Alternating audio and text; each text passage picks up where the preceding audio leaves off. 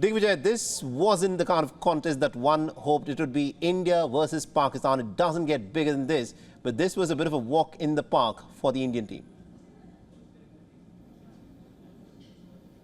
You know, Saleh, you asked about the celebrations where I'm starting just outside the stadium. The fireworks were on some time back, and when you have more than 120,000 people, it does take time for them to leave the stadium. I can tell you they've all left the stadium, but it's going to be a long night here in Ahmedabad. Unfortunately, the cricket wasn't of the highest quality, was it? And you rightly pointed out, a lot of fans telling me that, listen, we've spent a lot of money to buy these tickets. Not all of them were bought directly from the official agency. So many of them have shelled out a lot of money. And then when you see the way Pakistan have played, it's sort of punctured the hype, hasn't it? And it just goes and shows that over the last 10 years, how far ahead this Indian cricket team is when it comes to straight contest against Pakistan, especially in these World Cup matches. Saleh, an 8-0 record is no joke. It's very embarrassing. This is a very proud Pakistan cricket team, which has won a World Cup, which for the longest time had a stranglehold over India. But it's got a soft underbelly, unfortunately. You know, they have the likes of Babar Azam, Rizwan. At one point, when they were going at 150 for 2, I thought they'll get to 80, to 90, and it was going to be a challenging score. You may have the best batting lineup, but you know, when you have runs on the board, it is challenging. But the way they collapsed, 36 runs, 8 wickets falling, they just handed the game over to India on a platter.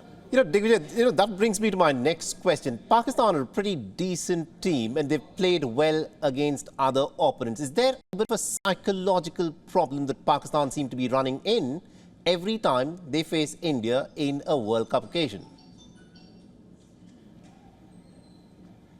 Yes, in fact, if you go back to my preview to this match, I said that ultimately it boils down to handling the occasion. Yes, Pakistan had their backs to the wall. This was a massive crowd, the largest ever at a cricket match at a World Cup stage. But they did the hard work, Saleh.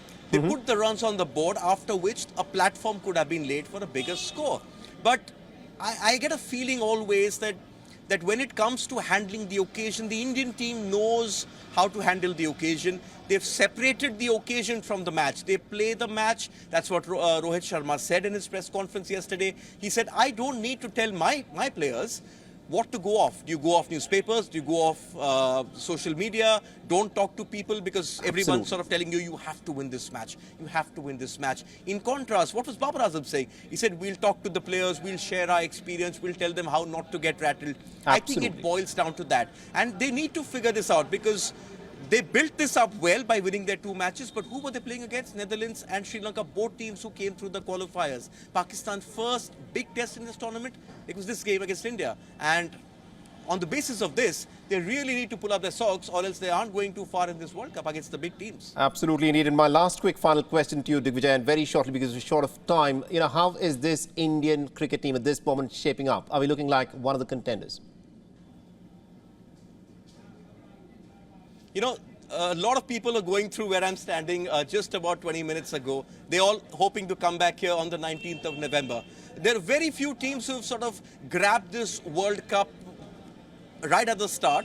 India, big favourites. New Zealand have played very well. And South Africa have slipped in under the radar. The defending champions, England, they haven't sort of convinced us, have they? And we all know how Australia are struggling. So India, after this win, big favourites.